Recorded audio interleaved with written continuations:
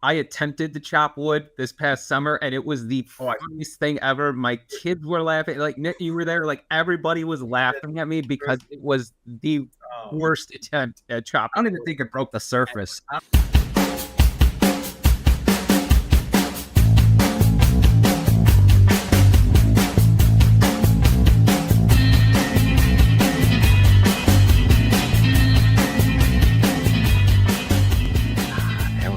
That's such a beautiful intro. I love that. It really is. I love that. Thank you for that, Dennis. For sure. Yeah. Well, we are here on episode 11 of Developers After Dark, and we have a really, really good episode. We're going to learn a lot of good stuff, very interesting stuff indeed. And but before we get into it, obviously everyone knows that I'm your host, and I am always joined by two wonderful co-hosts. Well, let's pay a couple of bills before we get started. There should be probably a drinking game for every time I mention the changelog and going to developers.hubspot.com/changelog. But you should, if you haven't already, if you're not signed up for that to get the alerts for that, you should. It's basically how you know everything and what's going on at all times. But another thing that you should really pay attention to is Miley Cyrus once said, "Knowledge is power." And you really want to, and with that power and that knowledge, you want something that's trustworthy and that has a proven track record. What was it? Was it Miley Cyrus or was it Hannah Montana that said it? We need a distinction. I thought it was G.I. Joe. Is there a difference, really? But if you want that knowledge, you should look no further than the HubSpot Academy. Now, I know what you're thinking. I mean, we've all been there. You know, you got Bob 3 cubicles down. That's, talking trash about your social media marketing. And then you've got obviously Mary at the water cooler spilling the tea about who's bad on SEO. I mean, your problems are solved. Take my word for it. You will have social media marketing certifications that you can take. There's anything from SEO basic courses. It is the place you want to go. And you will thank me for it later if you do want to up level. Think about it when everybody's played Legend of Zelda and you've all started out and you have no tools, you have no skills. You will not win. You will basically die. So you need to go to academy.hubspot.com. Jeez Louise. Yeah, that's high stakes. Eventually, I'm going to get a message from them saying, please stop promoting. I feel like I swear, there's a paycheck going to you from the Academy on this. And I'm not getting a cut of it, unfortunately. So can you change that? There's something wrong with my Venmo. I'll look into that. I thought I sent it. It's weird. But yeah, no, you definitely should do that. And it also too, I know we just had one that just passed, but we have upcoming developer hugs. You have Beyond the SERP, right? That's coming up actually tomorrow. Yeah. It's getting close. So if you haven't already registered for that or RSVP'd, you definitely should. And then of course you have the React powered showcase on the 27th of February. 27th. And that will be talking about the Elevate theme as well, the HubSpot theme that you can use now, as well as the growth theme. This is going to be the newest theme that HubSpot has come out with, that you should definitely take a look at. You should have access to it now, actually, in your CMS. So those are definitely two you don't want to miss. What's that? I sense a theme here. Sorry. Maybe. But with that, let me, a friend of the show is here today to talk with us and has some very, very important announcements. So without further ado, I will let her introduce herself and tell everyone who she is and what she does. Hey, fellas. My name is SJ Morris. My pronouns are she, her. I lead developer community on the DevRel team here at HubSpot. And I'm looking forward to talking about all kinds of exciting things today. Beautiful. Well, why don't you start us out with what I would consider to be, only because of timing, obviously, one of the most important things coming up, and that is the mentorship program. Why don't you, to start, why don't you tell people who aren't familiar with what it is, what exactly it is? All right. Getting right into it. I was trying to be subtly promoting this, but I'll go all in. So last year we launched something called the Developer Mentorship Program, and that was a 3-month beta to see if there was demand in the community to essentially match folks who are looking to uplevel their skills and their career on HubSpot with folks in our community who have already done a really incredible job of building careers and becoming kind of iconic in our community. And it turned out to be a big success. There was a lot of folks really interested, and we handpicked these amazing mentors, some of the folks that you may know in the sort of DevRel HubSpot, set of characters, folks like Jennifer Nixon and Anton Bujnowski and Toon Rutten, all folks that are very familiar to you, and some other amazing folks who we handpicked as our mentors for the first beta. But we are now expanding the program, and we want to meet that demand. We went from about 25 participants total, actually slightly less than that in our beta, and we're going to have 100 this year. And we're moving from a 3-month program to a 9-month program. And essentially the goal is for anyone who's looking to build a successful career leveraging HubSpot, folks who want to come in with something super specific, say there's an app that they'd like some support on, or they want to just generally stay on top of, AI trends, how that pertains to HubSpot, any of the other sort of ecosystem and developer related topics. We're going to be asking folks to apply as both mentors and mentees to share their skills or to request the skills of those experts. And we'll be pairing folks for 9 months, as I mentioned. And we're super excited because we had a lot of demand last year. A lot of folks got a ton of value out of it. There's sort of a spirit of wanting to, you mentioned Academy. We have so many great resources at HubSpot to, start to build your career. And this is something that, is going to be a part of that and hopefully can turn into something broader from a HubSpot development career perspective. So we are launching the program officially on February 19th. Let's see, what will be the best place for you to go? If you, the URL is kind of wacky, but if you go to developer-mentorship-program, you can find what you need. I just also realized there's a bit.ly that you can use, bit.ly/eco-mentors. You can go there and that will take you to the latest and greatest page. If you go today, the day that we are recording it, you will see the old page, but you can express your interest on the interest form. And then as of the 19th, we'll have our beautiful landing page live that will give you all the details. And we will be wrapping up the application period on March 5th. And we'll take a week to go back and do our algorithmic and human matching magic. And then on March 12th, we'll announce the pairings. And so, hit me up with any questions that you have, either on the Dev Slack or on the Dev community, wherever you like, and I'll be happy to answer them. But yeah, I'm super excited to launch this. It's been sort of a dream of mine to launch a mentorship program for developers across all the companies that I've worked at for a long time. And so I'm just really happy that A, the community has responded really well to it, and B, that we can expand it and get more folks, up and running on building their careers on HubSpot. Loving it. Mm-hmm. We'll throw all that stuff in the show notes, by the way, all your links. So and Nick does a very diligent job of getting those. I knew that's where you're going the minute, because I know I'm like 2 shows behind. So I knew that's where you're going with that the minute you said it. But SJ, I should mention too, right, that people should sign up as soon as possible, because I believe the beta filled up very quickly. It did fill up very quickly. I'd say that there isn't going to be a specific, there's not a higher chance of getting accepted if you apply earlier. Not to say don't apply early, but it's all about demonstrating your commitment to being an active participant in the relationship for 9 months. That's really where our questions are gonna go. And it's all about making sure that we're able to pair you with someone who really meets your specific, as a mentee, someone who really meets your specific desired skills.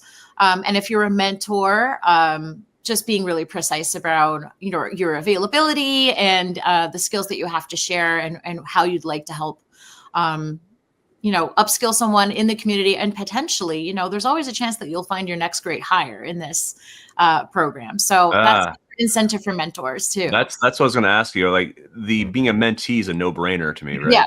I want to do that. The mentor, that's a tough one. Like, sell me that. There is some incentives beyond that. You'll get a really snazzy certificate and some badging that you can use throughout the community. That's going to be exclusive to folks who are our first, batch of non-hand selected mentors from last year. And, there's going to be access to exclusive events and networking opportunities that you won't be able to get otherwise. And I do hope to sort of build kind of an alumni community out of the folks that participate in this. Love it. And also eventually, fingers crossed, turn this into, like I said before, kind of a sort of a starting point for things like job boards, things like much more intentional connection from folks looking and folks hiring. So I would say as a mentor, you get a ton of like additional credibility in the HubSpot community, more visibility for your work and for your agency or wherever you work. And, honestly, we've actually had a lot of folks come to us like organically before we ever started this program. And I think, AJ, you've even brought it up to me years ago. Like there are people who like literally offered their times. We have such a great community that we don't even need all those fancy bells and whistles. There's so many folks willing to share knowledge. So all of that other stuff is icing on the cake, but to make that icing delicious. Was it 100 mentees or was it 100 total? All together. What's the ratio you're looking for? That's a really good question. That's going to thank you. In an ideal world, we have 50 mentors and 50 mentees. Yeah. But hopefully, like we're going to have to see what comes in terms of like what skill sets are most sought after and what skills are most offered.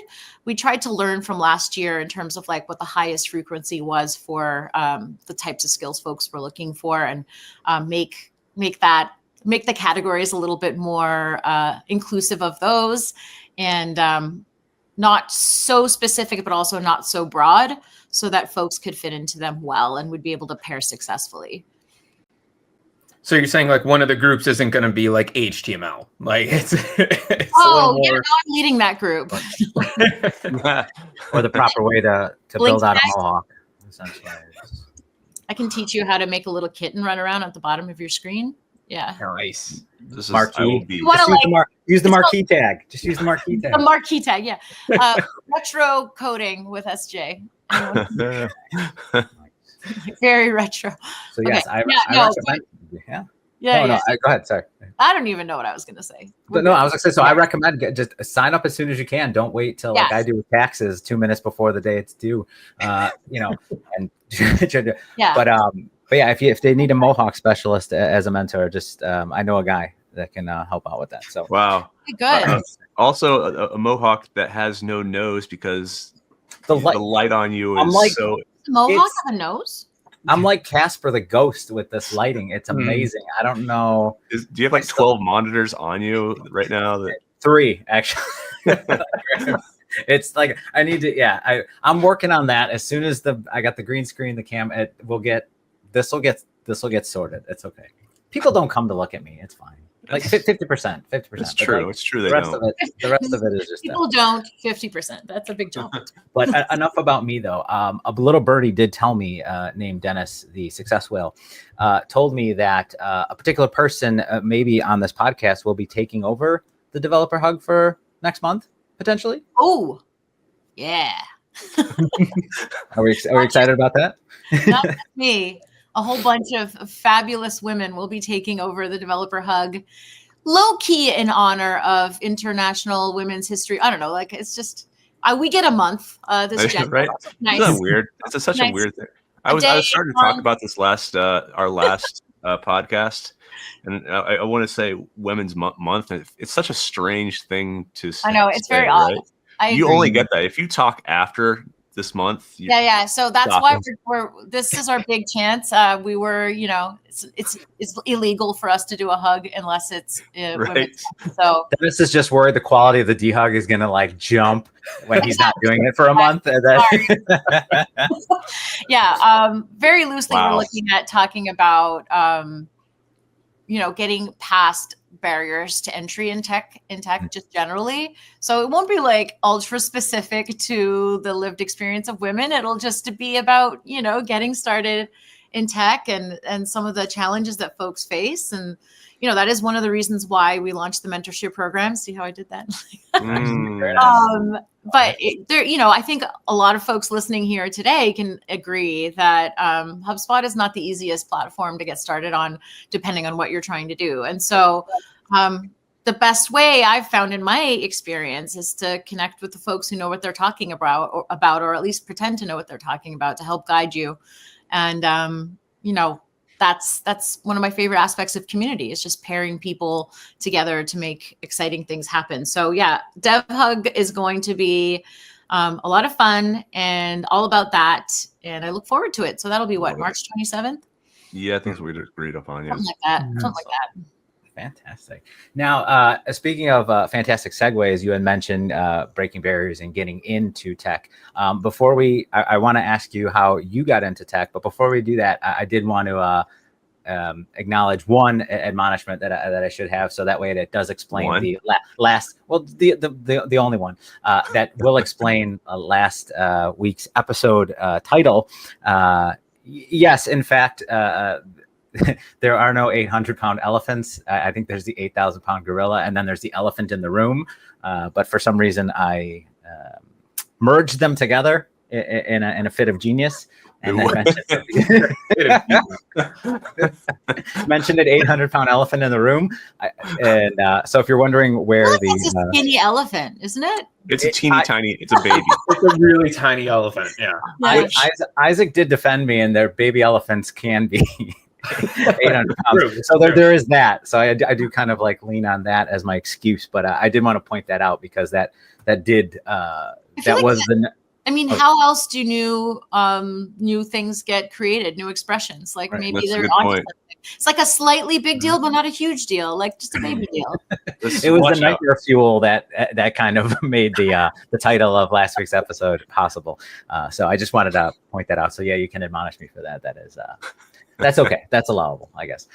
But that aside, tell us how you got into the business. Like you had mentioned that there were, as a segue, like, getting in, like there are barriers, there are like, and with everybody that we've talked to, there's a journey, right? And it's unique, right? There's similarities, right? But everybody kind of has a story, whether it's from Jana with cruise ships and Mona Lisas and paintings, to like just anything. There's always this kind of like really unique story. So tell us how kind of you got into this, and it can be into tech or it can be into HubSpot, like however you want to kind of like tell the story, but like, how did you get into it? So I'm old, and that means I have a lot of places where I can start here. I can go all the way back. I can go first job in tech-ish. You know what? I'll start there because it's funny.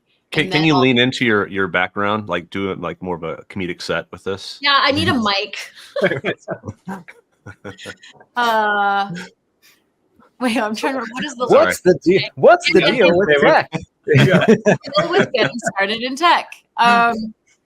So once upon a time, I was a wee lass in my 20s, living in Montreal, Canada, and I graduated. I got an English degree at McGill, and I did not know what the hell to do with myself. Pardon me, can we say hell on the show? I just did. Oh, yeah. Now. Great. There goes our sponsor, Highlights Magazine's not with us anymore. All right. Well, heck from now on. Anyway. So I spent a few years after university just being like working in retail and really being quite lost and not knowing what to do with my fancy English degree. Like, what does one do with that? And then I fell into, this is how long ago this was. I was looking on Craigslist for various gigs. I started doing editing, a couple of editing gigs for local like agencies. And then I started doing some like French to English translation, not English to French, because, good times in Montreal. And then just dabbling. I was like, wow, that was back in the day when you could get like interesting jobs on Craigslist that were terrifying and sketchy. And so there was an opening for something called affiliate marketing that I'd never heard of before. And it turned out it was at a gambling company. Of course it was. Of course it was. Absolutely.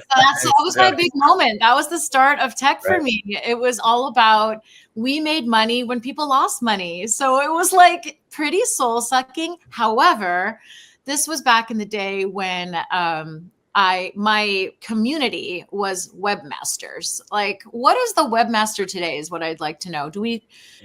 There's no such thing, but it's sort of a developer. I mean, I don't know. It was like developer adjacent at the time in like the early 2000s. So these were like really intense folks. They wanted to make lots of money from their poker banners on their poker strategy websites. And so I learned a lot about a demanding community, and building community in the most rudimentary online terms, like in forums, right? Which still exist today. We have them at HubSpot. And so it was a crash course in community building. And eventually that job was too soul sucking. So I will skip ahead quite a bit.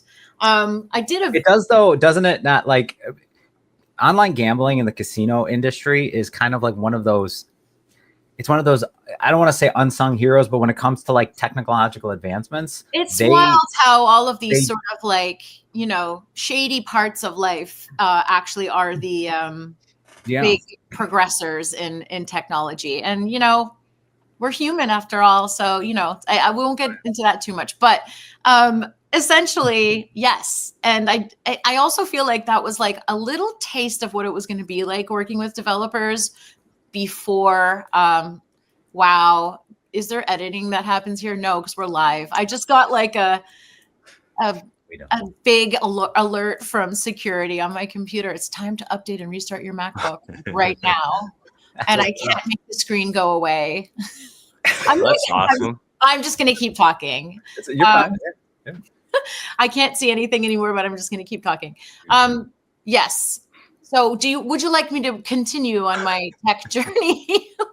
This is part of my tech journey being. I mean, absolutely. Yeah. Like, how did it, so from there, at what point did the community aspect, like, I guess like the question I'm probably most interested in is like, at what point throughout the journey, like, especially with the starting off, in like with casinos and online gambling and stuff, where did you kind of get that first taste of like, oh, like the community aspect and like, this is because, and I try to equate this to like, for me, SEO, right? Like I didn't realize not that you didn't know what community was, but like, I didn't realize like what it encompassed until I first got into, as Dennis will always love to hear, real estate.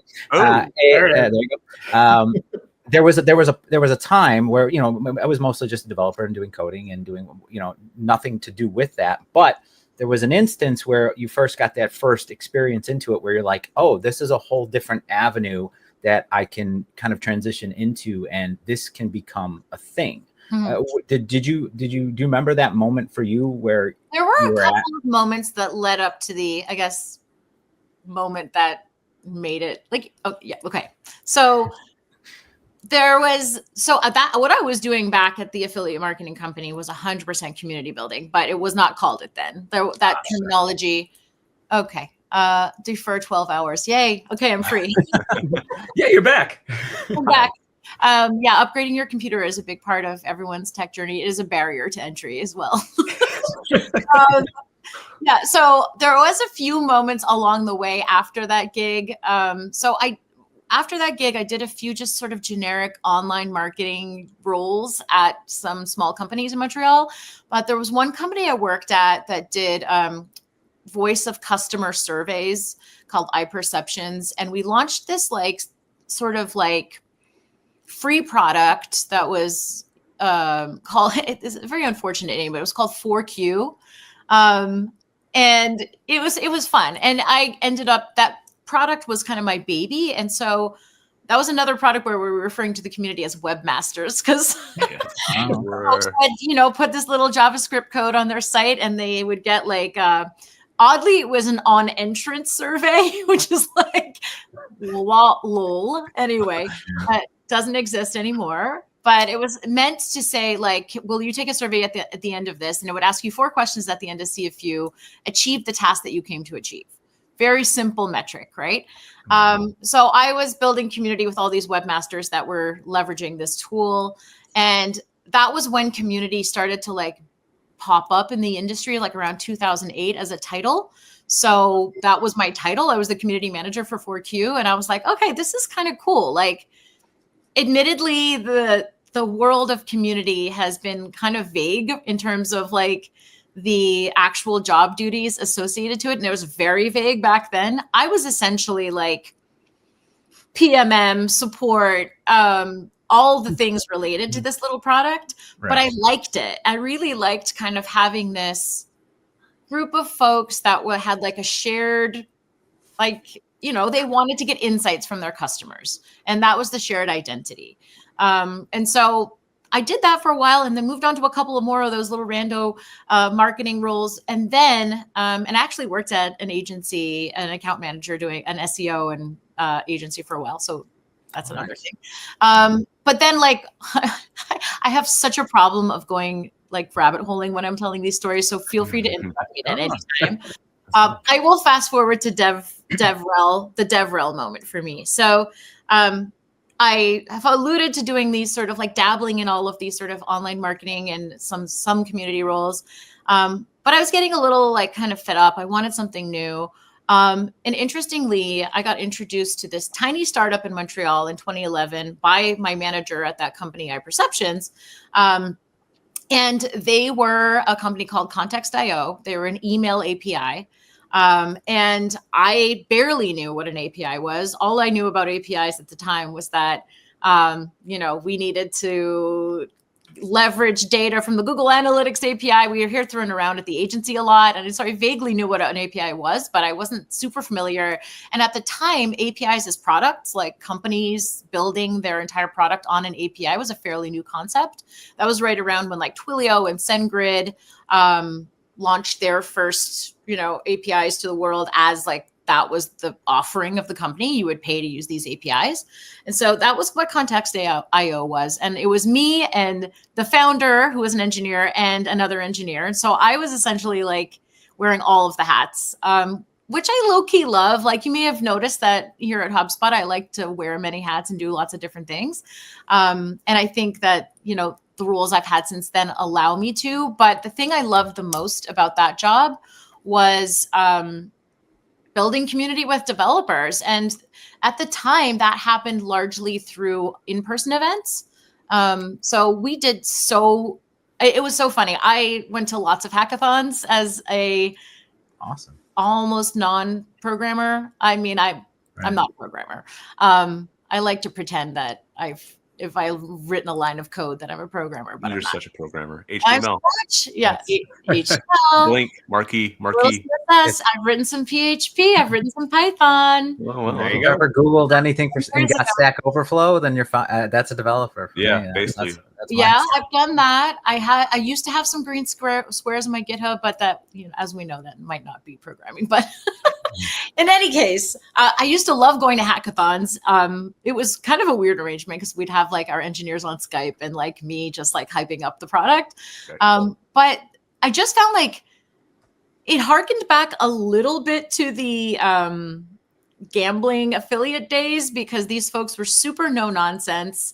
Like you cannot, you know, like our goals with developers and developer marketing and developer connection was so much more about like shortening the path to value, as opposed to all other marketing metrics were like, ooh, they need to see, you know, brand exposure 7 times before they convert. And this is so much more straightforward. It's just like, here's what we've got. Does it work or not? Can you use it in your project or not? If not, sorry, you know, you're out of luck, and you're going to find out really, really fast. And so I appreciated that transparency, that like lack of, you know, nonsense. And they became my favorite kind of folks to work with. And the parts of that job that I liked the most were really the community building aspect. So with each additional role, it was always kind of diverse, because we know what it's like on DevRel. There's lots of different things going on. And I worked for a lot of smaller teams, but as the teams got bigger and as this industry has evolved, I feel like there's been more and more specialization. And as I've been able to like go down that path, I've been able to hone in on community specifically. So yeah, that was like, I think that job was probably the moment for me where it cemented.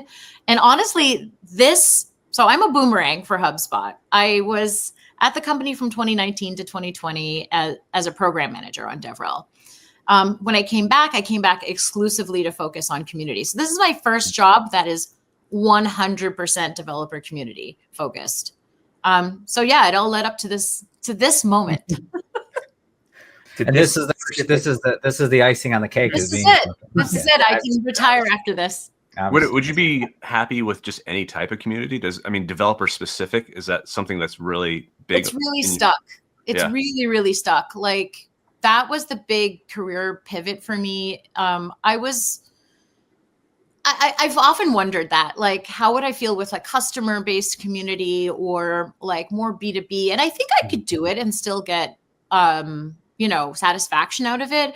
But again, there's something, it's just about like solving problems in a more obvious way than it is, and building relationships. Like there's so many strong relationships in our community, and we've seen so much, partnership and collaboration, and that I love to see. But when I see someone post a question in our Dev Slack or on the Dev forums and somebody come in and just immediately unblock them and then being like, oh my God, thank you so much. You helped me so much. Like, it's so like, there's no mystery to what that is. He literally got unblocked by the community, and it's just really satisfying to see. Very much so. Yeah. How much does this extend to your own personal life? I mean, how, like the lessons you learn in community, do you apply them? That's a good question. I don't like tolerating BS in I'm my here all day, folks. I got the questions. Don't worry about it. Nick, take off, buddy. I also like straightforward, like, I also appreciate that. And I've dated several programmers, so that could be like, don't even get me started. Am I right? Yeah, the development community has impacted that also, it just so happens that this is the kind of people I was meeting because I spent so much time around, techies. So I can't believe I just said techies, but you know what I mean. I got you. Well, I think it's also, we'll bring webmasters back. We got to bring that. I mean, that's one of the things. If we haven't learned anything, we need to bring that back. Retro coding with SJ for webmasters only. Yes. I was gonna say I always thought that it was easier working with developers. So like I have a marketing background, and I've marketed to both like consumers and developers, and I have to say, like, working with developers is the easiest because it's so clear cut and dry. Yeah. And I think that's what a lot of businesses are kind of missing the mark on in some way, is that they look at their audience and they go, oh, a developer, give them the marketing one sheet. Let's make that. And it's like, it doesn't have to be fancy. It could literally be like a Word doc. And I mean, we've done that with some of the beta things. We've had our documentation as Google Docs, and it's still just as effective. And like developers just literally want to know, like, almost black and white, like, what is it? Like you said earlier, actually, right? Here's how it works. Here's how you use it. Does it work for your company? No.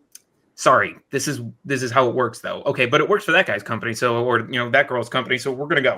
And it's just one of those things where, like, they also, when it comes to feedback, and I think SJ, you probably share the sentiment, they are ruthless. And it's like, if you want feedback, ask a developer, because they do not care about it. Or a gambling webmaster. Yeah. It's one of those things where, like, I've seen some feedback coming in, like, usually like some feedback that I've seen in other places is like, we really love the product, blah, blah, blah. Developers are straight up like, this sucks. Like, just right. Like, they'll cut you deep. What they are trying to achieve is usually so specific.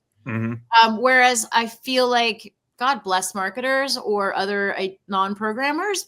And I want to talk a little bit about how I feel like those lines are blurring, but we can today or another day, I don't know. But marketers may not even know what it is they're trying to solve when they come in with a question. They might just sort of have a vague, like, we need to increase our site speed, for example. And, there might be some obvious things they can do. There might be some less obvious things they can do. Whereas developers coming in more with the question like, my images are too large. How do I like reduce the size or whatever? That's probably even also a marketer question, but like, you know what I mean? I'm trying to be more specific. Yeah.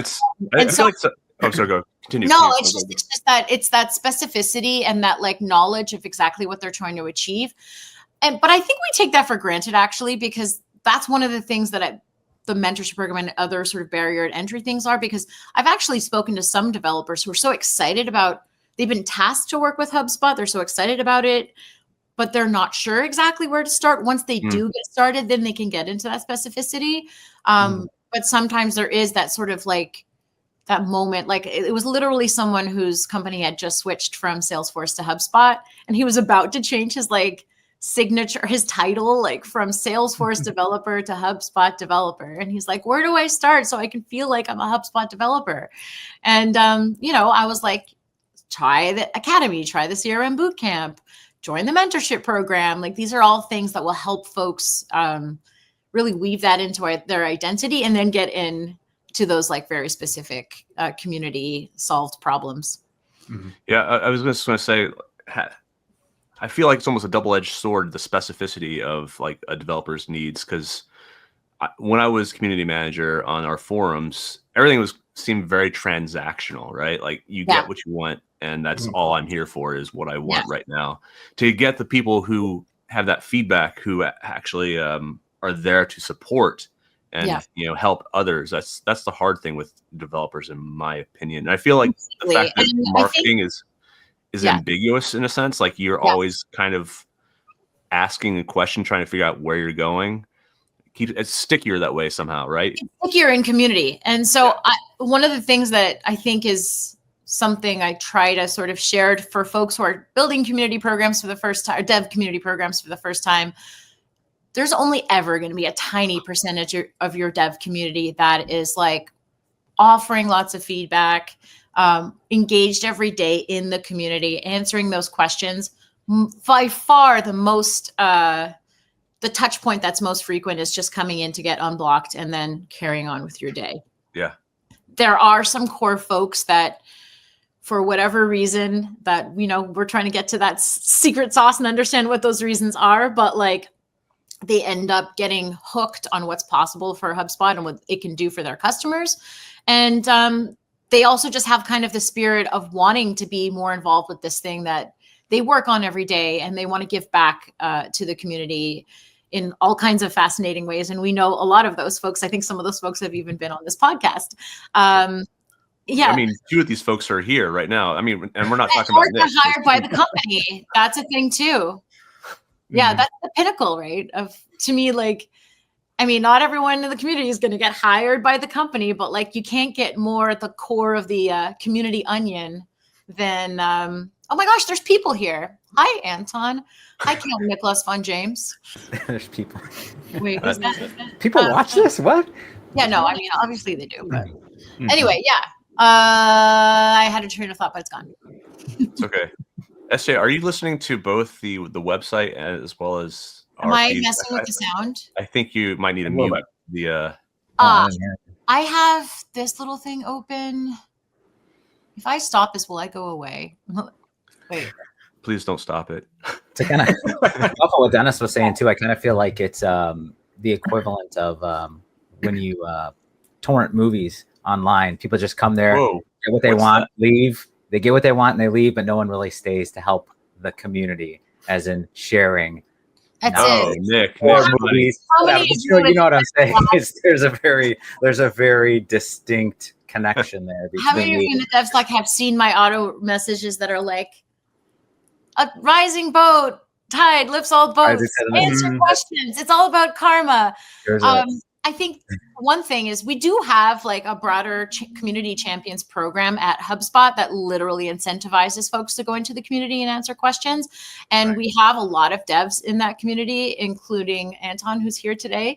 And we're super appreciative of those. And we understand that, like, why would folks, there has to be ultimately, especially when it comes to career-based stuff and jobs, like there has to be some benefit for you in the long run for doing this contribution. And I personally feel like we actually are going to do some analysis behind the scenes soon, but I have a very strong theory that the folks that are most engaged and give back to the community are some of the folks that are actually making the most impact on our customers. And so I'm excited to see if the data sort of validates that theory. But regardless, there's all of the developers that they inspire by answering questions, by being involved, that might have a ripple effect. Even if we don't see it necessarily in the community, I think there's more like HubSpot dev awareness out there that we haven't yet tapped into, that a lot of these helpful champs and folks are helping make happen. Mm-hmm. I agree. Now, with everything that comes with kind of managing a community, it does touch on multiple skill sets, right? So what do you do personally to try to kind of keep up with everything that's kind of going on in the, and again, you can't keep up with everything going on in the industry. So it's not like a question where it's like, how do you know everything about everything all at once?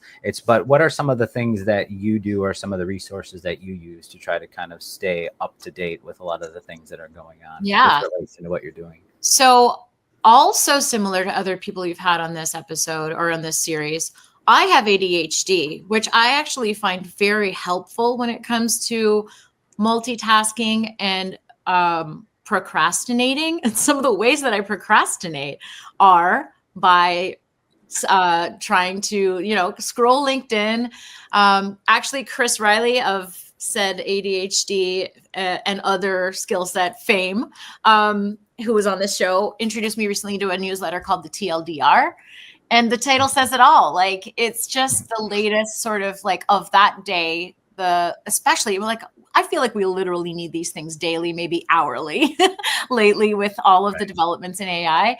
And maybe I was okay with a weekly newsletter prior to this year, but now we need something much more frequent. And the TLDR is just like impactful headings. You can read more if you want to. It gives you a snapshot of like the buzz and like controversies and stuff like that. And I love a good juicy tech controversy too. So those things help. And then, even internally, like we have John McLaren on our team, who is our appointed AI aficionado czar, or whatever you want to call it, who's been keeping us all really well informed about the latest and greatest and how it applies to HubSpot too. So there's a lot out there. I'm off Twitter now. I kind of miss that. And I don't feel like I've gotten the same experience on the combination of like Blue Sky and, well, actually I'm off Threads now too.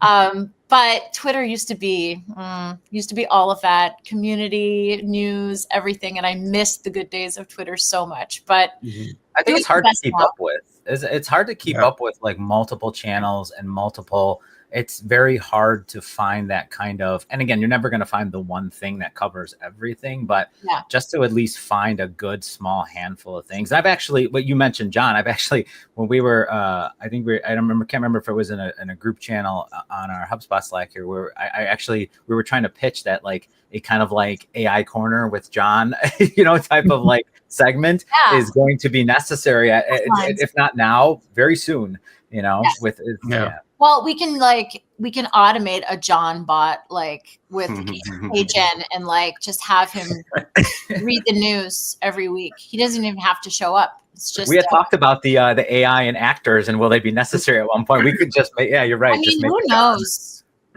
Who knows? Yeah, no, that's fantastic. There's this TikTok account I follow that does the weirdest little like famous person AI video clips, and they have like Steve Harvey saying all this crazy stuff, and it's really funny. Is it as great as the AI where they were trying to get Will Smith to eat pasta?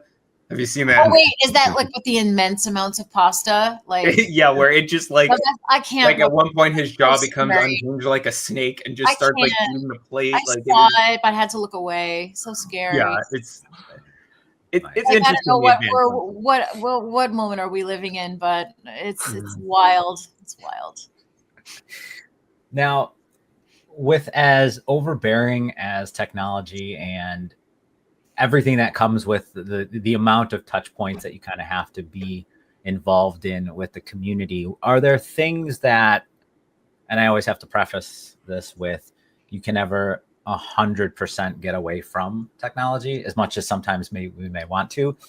Are there things that you do as least techy as possible, I guess, is the best way to put it, to kind of remove yourself and unwind and try to like distance yourself a little bit from that stressfulness? Yeah, it's funny because I live in a studio apartment in New York, and I have a tiny desk, and like my work world is literally the center of my apartment. But I do feel like I'm in two separate worlds from when I sit down in the morning and open my laptop and get my big second monitor running. And for the moment that like, there's always that moment, and it's sometimes it's 5, sometimes it's 7:30, sometimes it's 3:30, where I'm just like, I can't do anymore. And I slap the old laptop shut. And I do feel like I'm in a little bit of a different world.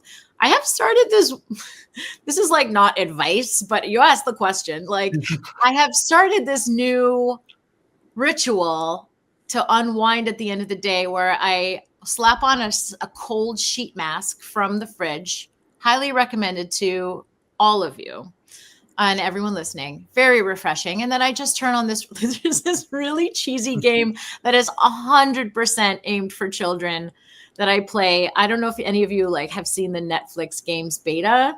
Mm-hmm. I don't know if it's on everyone's Netflix or not. Yeah. But Yeah. Okay. I mean, I don't know. I've never played any of the other games, but I play this game called Underwater Fruit Merge, and it just turns off my brain completely. And I don't know if that's still technically techie because it's a video game, but I'll allow it. It should count. No, it should, because it's hard to get away from it. There's tech things that you can do to unwind, and then there's like. I mean, I also leave my apartment sometimes. I just started doing Broadway jazz dance class. Last night was my first. Awesome. How'd it go? No. Good. Yeah. The dorkiest thing I've ever done in my life, and it's so much fun.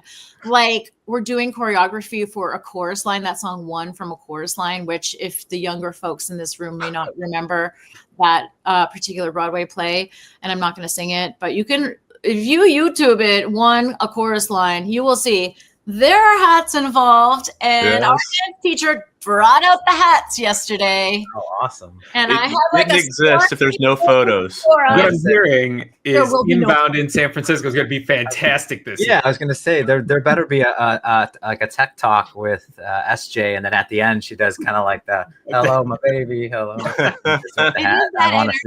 is that energy, and it's so silly. So I try to do stuff like that, and I also like. I don't think it's a problem yet, but I enjoy tasty cocktails all around New York City, which is a good place to live in for those. I don't think it's a problem yet. It's not a problem yet, but who knows? Check in like this year is like, it might push me to a point, but I'm good for now. That's awesome. I love it.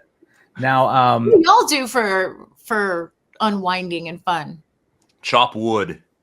All right. I mean, that's a good skill to have. Like, you never know. I don't doubt that though, Dennis, because you were a park ranger. That's I was thinking too. I'm like, that's not far from. Yeah, I could see Dennis out there just with very answer and very decisive. Yeah, I do have an axe.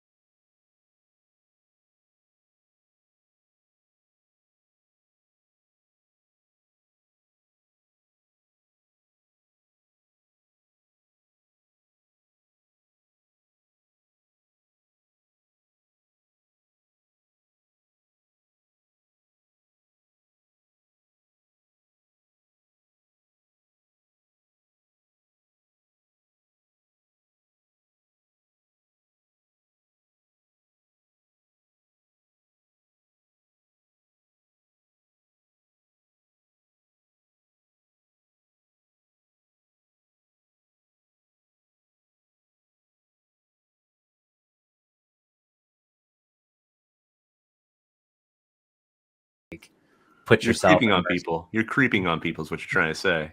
Publicly though. Similar, It's not. It's like there's one there because I know there's an Ireland trip coming up for a lot of HubSpotters. There's one of like a famous, I can't remember the name of it off the top of my head now, but it's just like street corner where there's a bar and it's like, it's just, yeah. So I'm going to suggest all the HubSpotters go there so I can see them. Is Yeah. it Oh my gosh, Temple that would Bar? be hilarious. I think it's Is it- Temple Bar, probably. Yeah, it is. Actually, that's the one. Yeah. It's red and it's got, it's like, Whoa. there's always a party going on, no matter when it flashes to that random. Yeah, always. So Is this the same one where you can watch Abbey Road and just laugh at all the people that recreate the Beatles album? yeah, that's constantly? one of them. Actually, Abbey Road is one. There's just the UK Abbey Road cam, and it's just like it's literally just focused right on that rain, sun. It doesn't matter. It's People are I think it's interesting because if you're sitting here and you're working from home, right, and you're kind of stuck in the house and you're stuck like it's nice to be able to be like, oh, there's a real world still. Oh yeah, that's right. It's like- During the pandemic, there was this website that you could go to that just like would tune into someone's random webcam, like anywhere in the world, and like not like outside. That's his face. I know, like it's fun. Right. Like Bye. outside their home, like to see what it was to look out their window. So like a Right, window. Yeah, I everybody remember this. Yeah. I remember this. counts out their window. Yeah. So it's similar energy. Yeah. Wow. No, I think it's necessary sometimes. I mean, especially now where like tech is kind of saturated everything. Like you can still use it in a way to kind of. It's not like you're unplugging, but you are. Yeah, That's you're what- decluttering your brain. Advocating for the actual going outside. I think that's kind of an important thing to do. I know you can. that too. Yeah, I mean, my Yeah. kid tells me to touch grass all the time. So it's, Have you though? Have you? well, I have some sort of like cinch bug where my grass is dead. So I mean, like I have to fix that problem. But yeah, once that's done, I'll Sure, be able sure. to touch grass. So It's it'll funny be how I nothing. work. I like spend a lot, especially in winter. I spend a lot of time inside, and then I'll just like go on a trip, and that will get all my outside energy. Like for Ireland, for example, whenever I have the opportunity to travel for work, I like to extend it a little bit, either before or after, and take a little vacation time and go exploring because, I'm there. I'm there. Oh Yeah. yeah. When in Rome. And That's why I took extra days for inbound because I wanted to hang out with Dennis because it was just like it was necessary. I mean, outside. when you get a chance to hang out with the legend, you make time. Honestly, what did you call him before? The success whale? I need to know what that is about. Oh, there is this is a little inside baseball, but I believe John, who's been on the show before, had posted something about. No, Steve. what was- It was Steve. Was it Steve? Yeah. I thought it was okay because I stole the image and I'm gonna use it, so I figure I got to give somebody credit for it, and I didn't know who. This is But our all of our boss, by the way. Yeah. Yes. The boss. which we got to have on the show at some point as well. Yeah.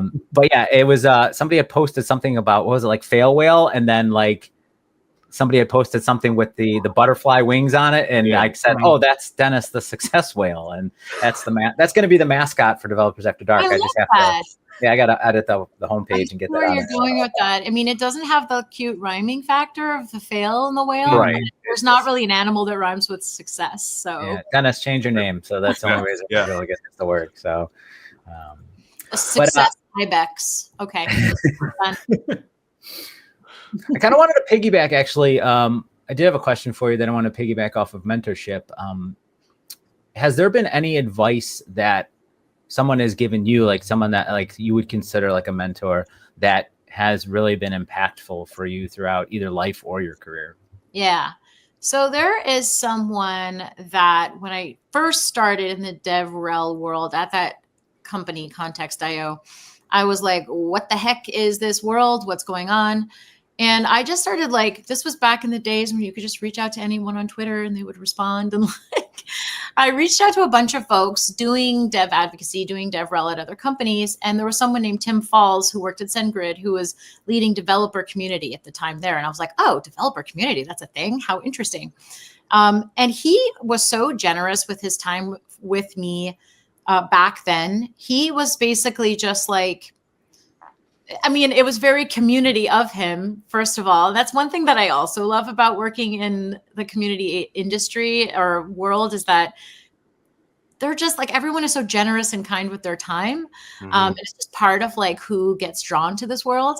And so Tim was one of those folks, and he just like, it's not so much, there were some things he said later in our sort of like working relationship that have stuck with me, but he just introduced me around to so many people. And ultimately, like down the road, he was the one responsible for me getting into HubSpot. He knew our former head of DevRel. Her name was Elizabeth Ruscido. I think I'm saying that right, Ruscido. Anyway, she had mentioned me to her as someone to come join the team. And then she reached out, and the rest was history. But he's just been around and always available to me. And I've tried to reciprocate that whenever he's needed anything. And it's always just been, you know, out of the goodness of his heart. And he's also just tremendously smart when it comes to community. He, I think I may have shared this concept with a few of you at some point. He introduced me to this concept called the community onion, which then became the model that we saw for a company called Orbit.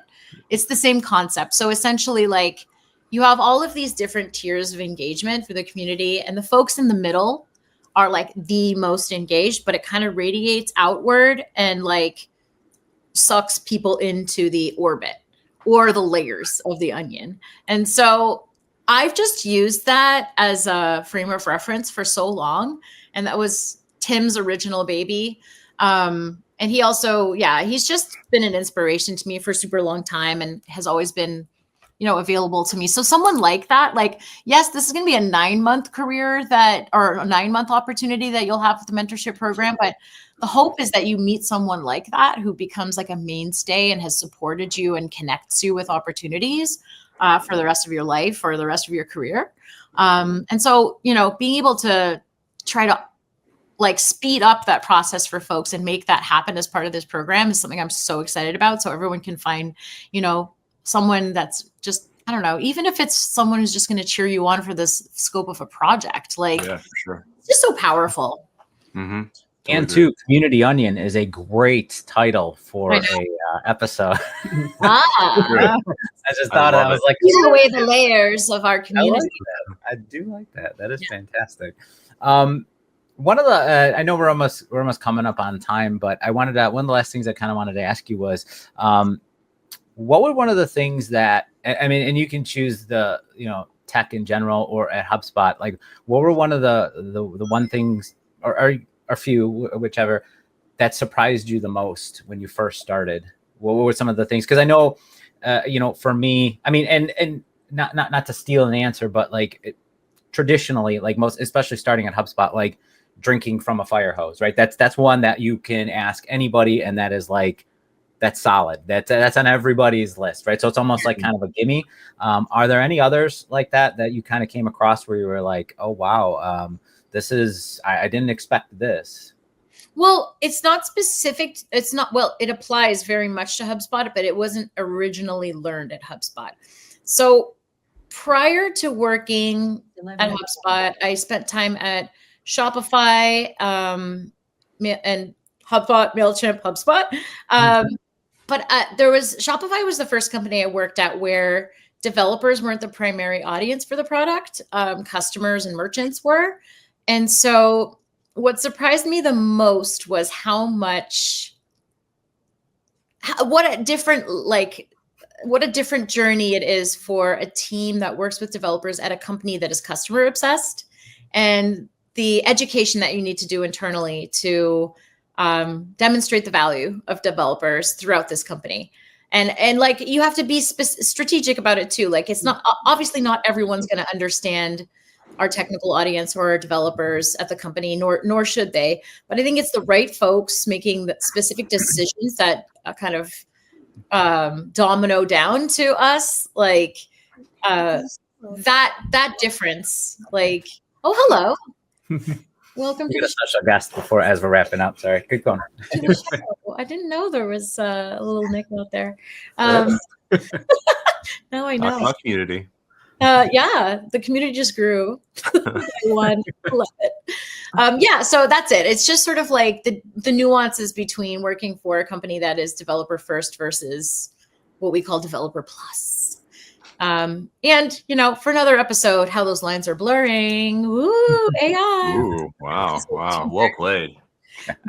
Hopefully my inbound talk will be selected, and Jenny Sawirda and I will be talking all about that at inbound. So Nice. That would be awesome. yeah, I hope so. Fingers crossed. That's fantastic. Have you, has there been any, speaking of inbound, has there been any other type of kind of meetups or conferences and stuff that you've gone to recently that kind of out? I've been like, as I've progressed in age, the energy levels I have for those things have reduced. And so now all of my like event and conference energy is dedicated to HubSpot mostly. I did used to go to South by Southwest and TechCrunch Disrupt a lot when I lived in San Francisco. And whoa, was that fun.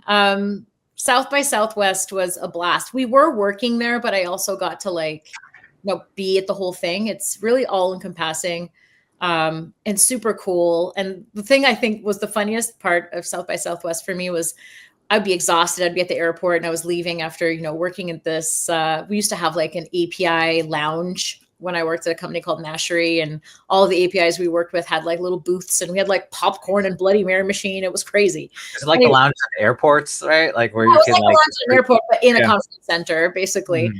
And Nice. we did need special permission to get in. So yeah.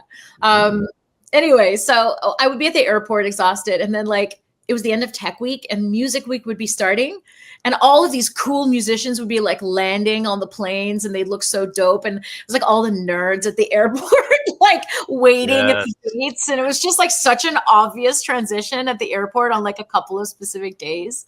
That was really funny to me. But yeah, no, I don't go to as many things as I would like to. I'm starting to look at doing more local events here in New York. There's a lot of stuff popping up. So like I might check out some AI stuff locally soon. Maybe Dennis, you can come and join me. Yeah, for sure. Yeah. I feel like there's a trend, Nick. Like you asked this question to everyone. I feel like no one's really doing events these days. I really want to start it. A little bit. Oh, sorry, I cut you off. Yeah, I think the pandemic shifted our energy a little bit. Like it really, I could do a whole other episode about how the pandemic changed DevRel too and community. But I agree that there's not as many events. I do feel like the local meetup is starting to make a comeback. Like our own Brooke was at an event last night and brought some pizza on behalf of HubSpot. And like, those are the types of things that I used to do all the time in like 2011, 2012. And like that's organic community and it's the best. Like that's, I don't know, that's my favorite kind of stuff. Like the I do keep slacking another Laporte that works at HubSpot to try to set something up as far as a local meetup, but I don't know, I keep getting ghosted. I mean, I know the lighting may throw you off, but yeah, there's no need to ghost Casper like that. You're the right person. I don't know, man. I don't know. I'm pretty sure I've been messaging you. I don't know. I want to start doing more of that because I remember the last one me and AJ went to was one in the city in Chicago where we got to meet HubSpotters that like we would have never really ever talked to just because of like our paths would not have crossed, right? Just because of the departments. And I felt like that was so, and there were even some people that we talked to were like, oh, you're doing that? Like I'm doing this. And it's like, it may not have been like directly related, like apples to apples, but there was still some sort of like interest, right? Like this huge interest never would have happened. Right. And I just feel like that to me, serendipity. Oh, it's beautiful. Unfortunately, it's hard to measure the ROI on serendipity, and we're definitely under the microscope a little more than we used to be. But also, no John Cusack, so we can't. Right? We see the one in serendipity, right? Yeah. What was it? What was it? Kate, not Winslet. No. Oh my gosh, she's in the movie Underworld. Kate Beckinsale. Kate Beckinsale. We need them. Without them, the old video store employee. Yeah, it wasn't from 1991 to 94. I only operate in those years, so I really don't know. Like pop culture trivia, pop culture Jeopardy. Another thing I love. Yeah. Nice. I'm stuck in I have a rare condition where I'm stuck in between 5 years of movie references, and I don't know anything else outside of that, which is we can do like hyper specific trivia with you, like. It would have to be movies within 1991 to 1995. If not, I have no idea. Really interesting. basically when Jennifer Love Hewitt got into movies, it was like that stretch, like those 4 years. That's about it. And then I had no other. Speak of Jennifer Love, never mind. Mm-hmm. I was trying to make a J-Lo thing happen, but then the H got in the way. And so anyway. Dang it. Very nice. Well, we are coming up on time, and I do want to thank you, SJ, for coming on. And I do encourage everyone to sign up for the mentorship program. They should. On the bottom of the screen right now, it's going to, Yep. There it is. what? See, Dennis, you got to give me access to doing this kind of stuff. Yeah, that's not gonna happen, buddy. That's not gonna happen. Yeah. If you go to that page now, it'll be the old page, but click on the waiting list thing. And then by sometime, maybe even before the 19th, it'll be a beautiful page that our own Ashley Webster is working on. She got Web in the name for a reason. Right? Huh? There you go. Perfect. Love it. But no, I wanted to thank you for coming on and sharing your story. Well, this was so much fun. Thank you for having me. I reached out to Nick and I'm like, can I come and talk about the mentorship program? And he's like, yes, this week. Let's go. And I'm like, I'm also bad with calendars too, because I was like, yeah, no, Friday should be fine for everybody. Why can't people do Friday? And then I forgot it was Valentine's Day. So I'm like, I can do it. Okay. Yeah, I was just like, it's Don't even get me started. Okay, sorry. no, I'm oblivious to just like the calendar. It's just like I have this weird, I operate on like a 24/7 schedule, which is not healthy, but like I do. And it's everybody else is kind of like, what is wrong with you? Which is the question I get normally, just, in general. But Valentine's Day is a sellout holiday anyway, so it's all good. I mean, that and Sweetest Day, the two of them together. I mean, it's, but we'll leave that for another episode. But I will, I just want to say thank you. And I will leave everyone with this little fact that they may not be aware of. But originally when the Beatles wrote Hard Day's Night, it was the night after a crisis. So that's the reason why that was actually created. Just in case, I don't know if anyone knew that, but that's literally a fact. That's very. That's what a crit sit is. I think it's a HubSpot specific term, but I'm not sure. It's critical situation. Yeah. I mean, they use it, but that's the reason for that song was written because the night before there was a crit sit. Yeah. Well, it was originally titled Dumpster Fire, but they didn't think it would sell. So Yeah, marketing. It's not catchy. They bring to it. Dumpster. I like it. But Well, this yes. is fun. Thank you. No problem. So I thank everybody for listening and watching wherever you consume or how you consume your podcast. And we'll see you next week. Thank you so much. Bye. Bye, y'all. Bye.